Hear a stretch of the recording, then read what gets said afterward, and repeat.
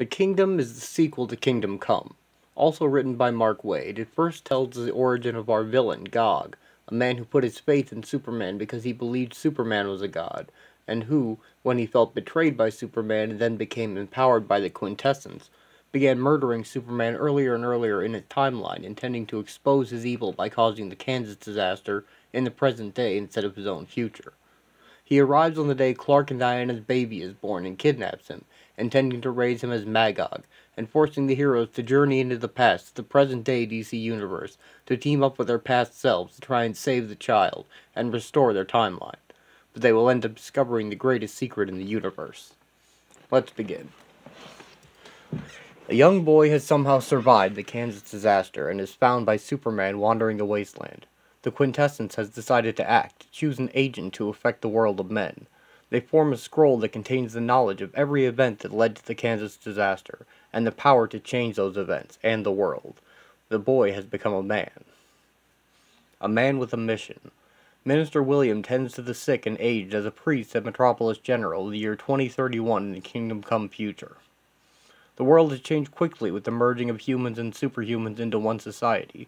Matthew believes he lives in a utopia gifted to them by Superman. Matthew has even built his own church to Superman, and plans to preach his gospel. Clark sees this and decides he must speak to William. Clark tells William that Kansas wasn't his will or his test, and William didn't pass it. Kansas was Superman's fault.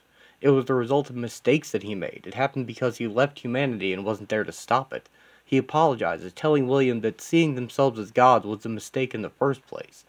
William is crushed, and now begins to blame Superman for letting his parents die in the blast. William burns down his church and rages through the streets, desperately seeking a new mission, and the Phantom Stranger finds him, and hands him the scroll, telling William it is history, knowledge, and purpose. William bursts into flames. William sees the birth and growth of the superheroes, and the events which led to Kingdom Come, up to the Kansas disaster. He is infused with the powers of the gods, the Source, the Guardians, and the other cosmic powers of the DC Universe. The Stranger tells William, now Gog, that he now knows the events that led to the disaster which defined his life, and being a good man, he now has the power to change them, to avert the tragedy. Gog vanishes, saying he knows what to do. Clark is working on a bridge, using his heat vision to weld a girder into place. He recognizes William's heartbeat and asks if he's come for advice. Gog fries Superman in a blast of cosmic energy, saying that he has come for judgment. Superman crashes into the bridge. Gog now blames Superman for the Kansas disaster and has identified him as the Beast of Revelations, identified by his one distinctive mark, the S-Shield. He plans to expose Superman's evil to the world by more clearly linking him to the Kansas disaster, by causing it to happen before Superman retires. Having killed Superman, he travels back in time. The Quintessence sees that Gog had gone mad from the power and knowledge they infused him with, but still believes he can be their agent of change. Kal-El, the original Golden Age Superman who disappeared into a pocket universe after Crisis on Infinite Earths, pounds on the walls of the sky. If anyone ever deserved heaven, it was him. A blissful reward commensurate with the greatness of his legend, a familiar realm nonetheless removed from worldly concerns. And for a while, the song of angels mingled with the heartbeats of his loved ones and the clack of typewriter keys, to drive a nagging realization from his brain. Once upon a time, the slightest squint had allowed him to see beyond the stars. The smallest step had carried him from planet to planet.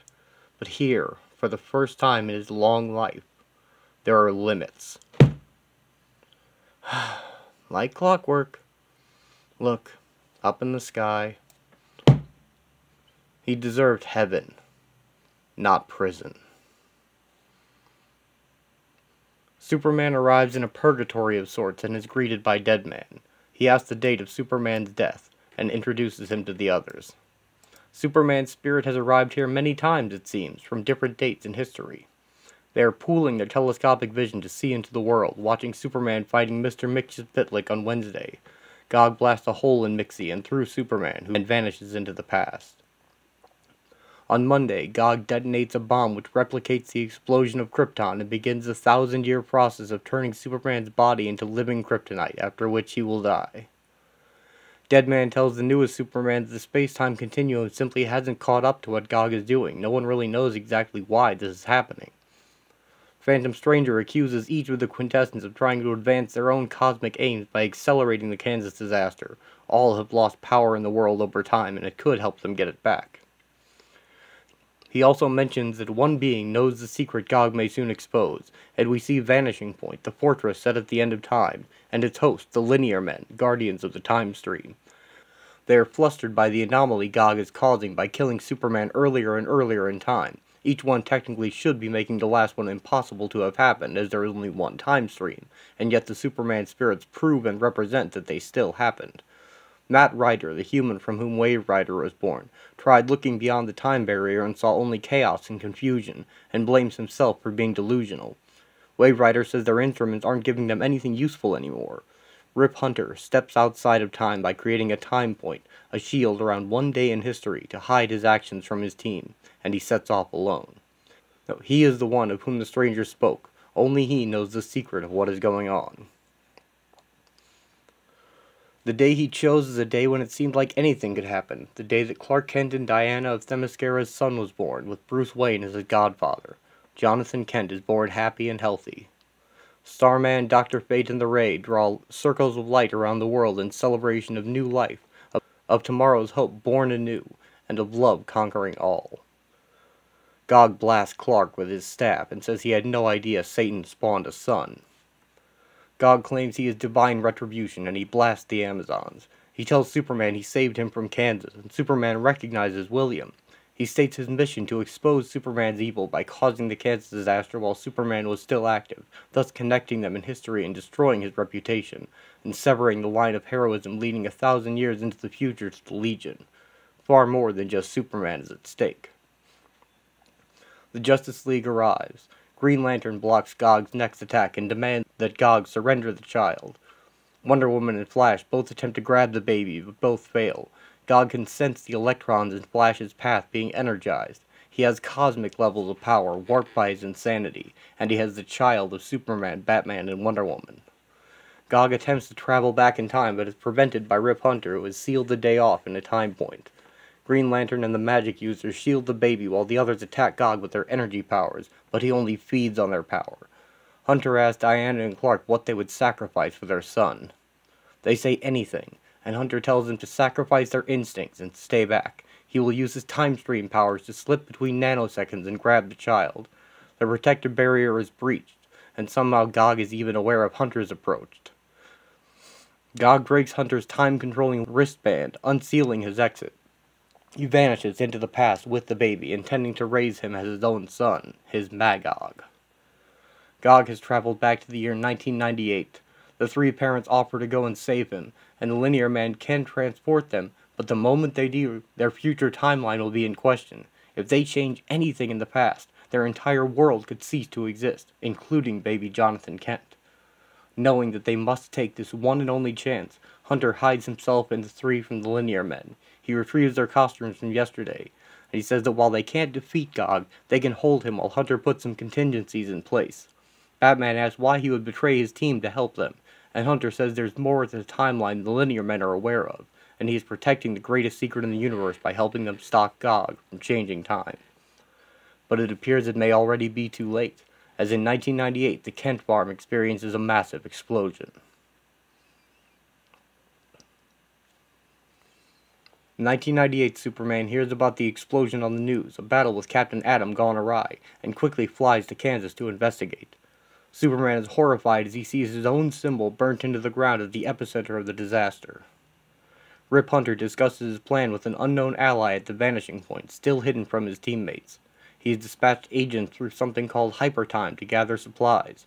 Gog is wielding immense power capriciously and threatens to expose the greatest secret in history. Superman arrives at the Kent farm to find his parents are fine, and he detects no radiation in the area. He speeds across a field to find Gog blasting Captain Atom with a beam of energy near a large chunk of kryptonite. Gog easily smacks Superman away. Gog rants about exposing Superman's evil by causing a nuclear disaster in Kansas which Superman will fail to prevent. Gog blasts Superman across the field, but he is caught by a stranger in blue. Relax, I've got you. Got me? Who? Clark sees it as an older version of himself, along with versions of Batman and Wonder Woman. He says to go ahead and use his JLA signal device. It can't get any worse now. They were supposed to avoid interacting with their past selves to minimize disruption to the time stream. Clark calls Bruce and Diana. The Phantom Stranger accuses Zeus, Highfather, Ganthan, and Shazam of using William's insanity for their own ends and warping reality with their influence. He says that Gog is ready to commit genocide against the superheroes because they allowed him to believe his cause was just. Kingdom Come Superman has explained the situation to their present-day counterparts. He says he's come to rescue his son, and lets present Clark believe it's Lois's. The Batman want to strategize, but once future Clark realizes the baby is inside the kryptonite, they all simply charge at Gog. Both Superman and Wonder Woman tackle Gog at once while the Batman try to free his captives. Future Batman gives Clark a plan to hold Gog, sending them to West Virginia 1,200 miles east.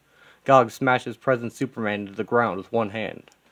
But Wonder Woman take out his legs while future Superman hits his head, but Gog responds with heat vision. He has been amassing powers along his journey. The four pick up Gog and fly with him, following future Clark's lead. He's cleared out a coal mine, and the heroes drive Gog into it. The Supermen pressurize the coal around Gog into a giant diamond prison. It won't last long, but the Batmen have opened the kryptonite and rescued Captain Atom. Future Superman has built up an immunity to kryptonite over the years. Perhaps he passed it to the baby, because he seems alright. But baby Jonathan vanishes into thin air in his mother's arms. Diana wails in misery. They say that their timeline is fading, history has changed too much, and soon they will all disappear as well. But first, Diana swears vengeance on Gog. Gog erupts from the earth beneath them, saying they are deluding themselves that Superman is evil, and he says that he will write that message in their blood. Future Diana plunges her sword into Gog's chest, yelling that he killed her son. Before he can retaliate, Rip Hunter opens a portal and summons the heroes through, saying he has a plan. The portal leads to planet Krypton and a few young heroes from the Kingdom Come future. Rip plunges the entire building into hypertime to protect the outside world from the coming battle. Superman asks what hypertime is, and Rip replies it's the greatest secret in all creation. Gog follows through the portal into the building and blasts Rip before he can finish explaining what this place is. The new Titans attack him. He deals with them easily, and Superman makes a grab for his staff. He fails to take it though, and Gog blasts the Titans and Wonder Woman with cosmic force. Kid Flash tells Batman the young heroes at Rip's direction traveled through hypertime to gather objects of power to stock the theme restaurant with, replacing the replicas. Batman turns the Phantom Zone projector on Gog. It strips away layers of his skin as the other heroes grab Green Lantern rings and other heroes' weapons. The heroes pile on Gog with the borrowed weapons, from the sword of an atomic knight and the Blue Devil's trident, to Orion's Astro Force harness and the guns of the two-gun Kid. Present Superman asks what tragedy he's supposed to be responsible for. But future Batman allays his concerns, focusing them all on the fight. But Gog's power seems truly unmatched as he unleashes his full might and overwhelms their heroic combined effort. The heroes lie scattered, and as they regroup, future Diana tells present Superman the tragedy in his future, how he abandoned his fight for truth and justice when mankind needed him most, all because he failed to stop Lois from dying. Superman says he will never let that happen, and rallies one last attack, but Gog is unstoppable. Gog's blast knocks Superman out of the building, leaving a hole in the wall. It bounces back and finally stops Gog as well, his own power turning on him. Rip says that Superman breached the walls of hypertime, as everything in the room is getting sucked out through the hole. The young heroes' traveling wristbands break, and future Batman says it wouldn't matter, they've changed time too much and their future is gone. Gog thinks this is a victory for him, but only until Superman bursts back into the room. He tells everyone to take his hands, and he pulls his other self and the heroes out through the hole. Rip says they are now beyond the barriers of time and space, in the entryway to a realm never seen by mortal eyes. Welcome to hypertime, he says. Every alternate universe, alternate timeline, and Elseworlds is here. Every dream, hoax, and imaginary story can be seen as separate universes from here. All of DC's published works are real, as seen from here. Everything is canon. Everything is real. This is Hypertime, the greatest secret in creation. Hypertime is the vast interconnected web of parallel timelines which comprise reality. Since the Crisis, the inhabitants of the DC universe have only been aware of one timeline, with temporary alternate timelines popping up in individual books, and pocket universes filling a gap left by the multiverse. Rip says that Gog thought he was omnipotent, but he only had power over one reality. In his madness, he was able to use Superman to break Hypertime's boundaries. Magog will soon learn that reality is infinite, and the possibilities are limitless. The linear men are obsessed with the one single timeline they can monitor and control. Rip says that's why he had to hide this from them. They prefer an orderly continuity to a kingdom of wonder. Rip explains that certain events can splinter off the main timeline into alternates, and they can sometimes rejoin the main one. History is in constant motion as well as the future. Present Superman sees his forebear, Kal-El, the Golden Age Superman, still in his own pocket metropolis. Rip tells him not to be frightened by these possibilities and carryovers from one kingdom to another. They are but reminders that the lives they lead are forever part of a greater legend. The future heroes realize that they are from one such alternate timeline, and if they still exist, their child does too, and a man approaches holding a baby. Jonathan Kent is alive and well, the unique child of 3 parents. He was born with the power over hypertime, and he instinctively vanished into it when threatened. He's alive and well as a baby, and as a young white-haired man. Jonathan says that their work is done, and they will fade not into oblivion, but into their own kingdoms. He says that in the future they will learn to explore hypertime, that their understanding of it is just beginning. Superman asks if he'll be real in his own future, and he says perhaps and perhaps not. Now more than ever, they know the magic of it all. Each and every one of them are all simply stories waiting to be told. Just imagine. The cosmic beings have also borne witness to these events, and not even they knew the full truth of it. Jonathan has brought the future heroes to tell them their responsibilities are to repair the damage they did to William. The gods themselves realize how small they are in the larger picture, and plan to reforge their bond to the human race, the glory of whose true identity has only begun to be known. Epilogue. For all he'd done, he deserved heaven, not prison. But now, at long last, he knows this isn't the jail he once believed it to be. Now he knows there's a door. There's a door, even if he's not going to use it. Not today, anyway. The end.